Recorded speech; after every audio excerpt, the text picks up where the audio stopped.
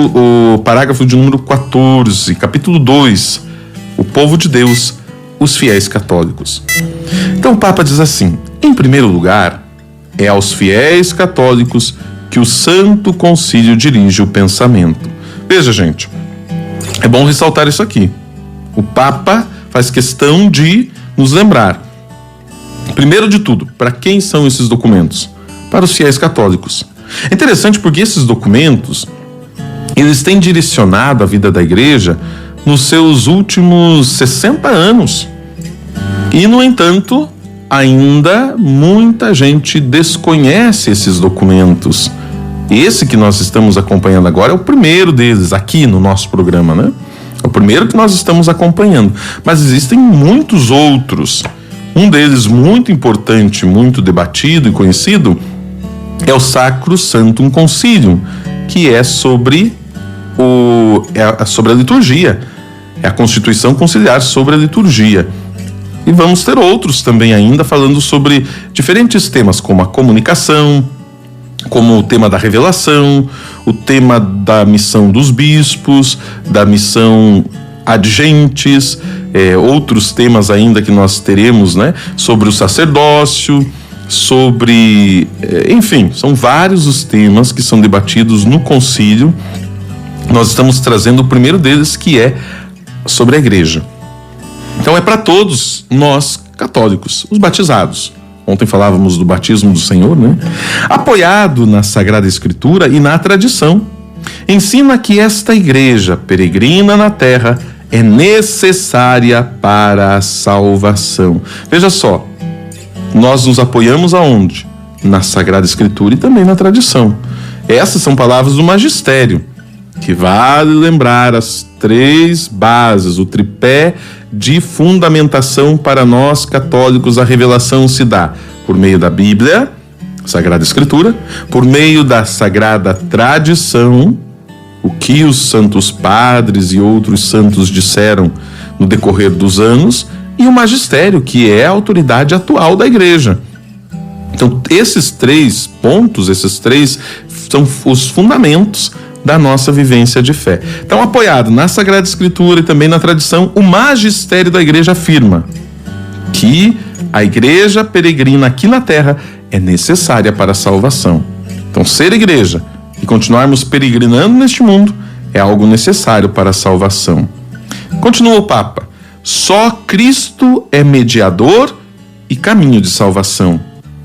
Ele é o único caminho, ele é o único mediador. Ora, ele torna-se-nos presente no seu corpo, que é a igreja.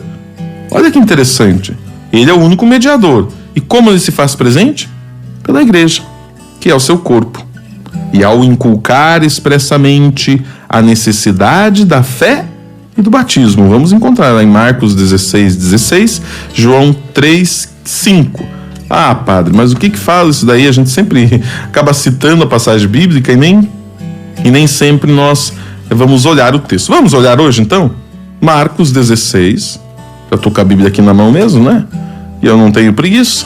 Vamos lá. Capítulo 16, versículo 16. Quem crer e for batizado será salvo, mas quem não crer será condenado. Marcos 16:16. A necessidade da fé e do batismo para a salvação. Também cita aqui outro texto de João 3:5. Vamos ver o que diz também João 3:5 sobre a necessidade da fé e do batismo para a salvação. Diz assim, João 3:5, diz ainda, vamos lá. Jesus respondeu: em verdade te digo, se alguém não nascer da água e do Espírito, não poderá entrar no reino de Deus. Então veja, são dois textos bíblicos que nos amparam para falar sobre a necessidade da fé e também do batismo para entrar no reino dos céus. Ao mesmo tempo, diz o Papa, corroborou a necessidade da igreja, na qual os homens entram pela porta do batismo. O batismo, eu gosto sempre de repetir nos batizados que eu realizo, ele é a porta de entrada para a vida da igreja. Então, o batismo, a importância do batismo.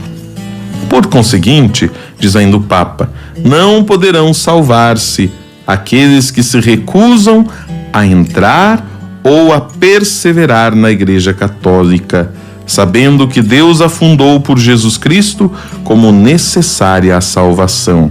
Então veja, como em decorrência dessas palavras e desta afirmação, o Papa diz, olha, a partir disso então, não se salvam aqueles que se recusam a entrar ou a perseverar. Há uma recusa pela Igreja Católica, lembrando que o que significa a Igreja Católica, que é a Igreja Universal, que é a Igreja que está em todo lugar, que é a Igreja que Jesus Cristo fundou e colocou como necessária a nossa salvação. Ou seja, é necessária a aceitação. Você aceita Jesus? Aquela piadinha que às vezes, né? Você aceita Jesus?